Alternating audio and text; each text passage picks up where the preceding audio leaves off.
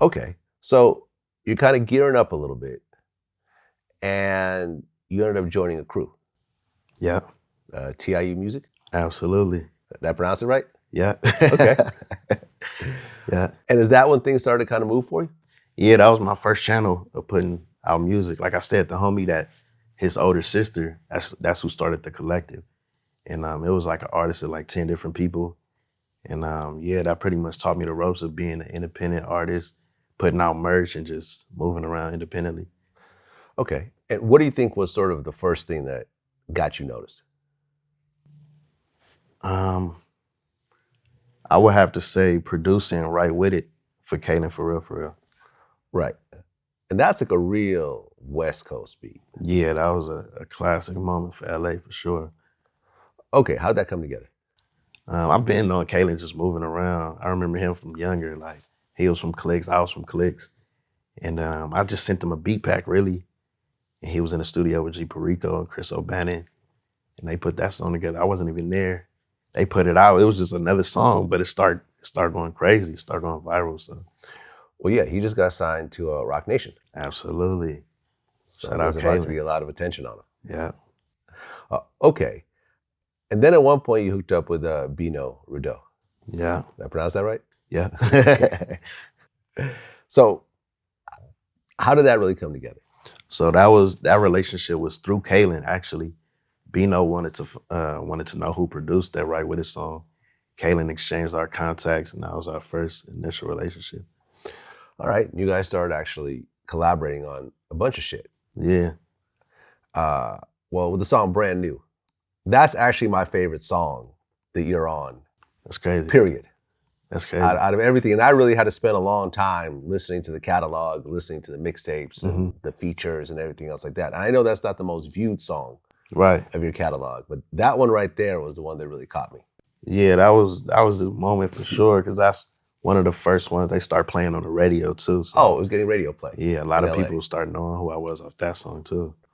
Okay. And India Love is in the video. Yeah. How did that come together? That was through Bino team. They put together the video. I just pulled up.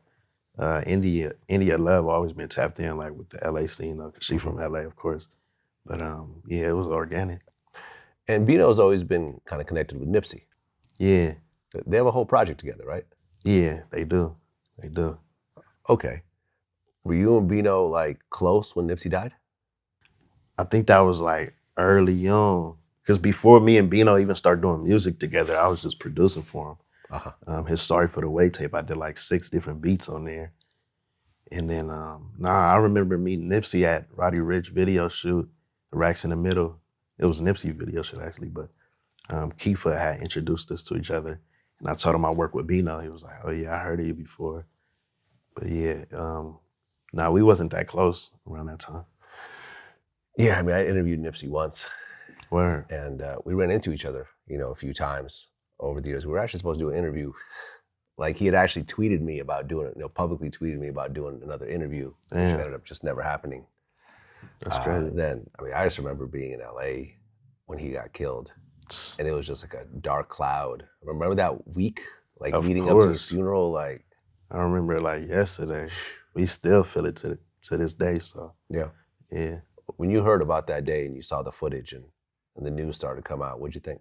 It was unreal. Even now, it just don't even feel real. Like, I feel like Nipsey's right on Crenshaw, at his store. Like, so to even like hear it be brought back up, it's just like, damn, that's crazy. Yeah, it's tough. It's tough, but he's still such a big figure. Like, it made him bigger. Oh God.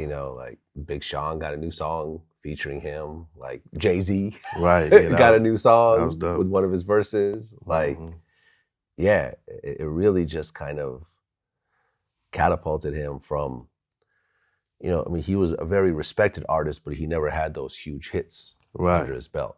But the way people are really looking at him now is like a Biggie and a Tupac, who did have the big hits under their belt.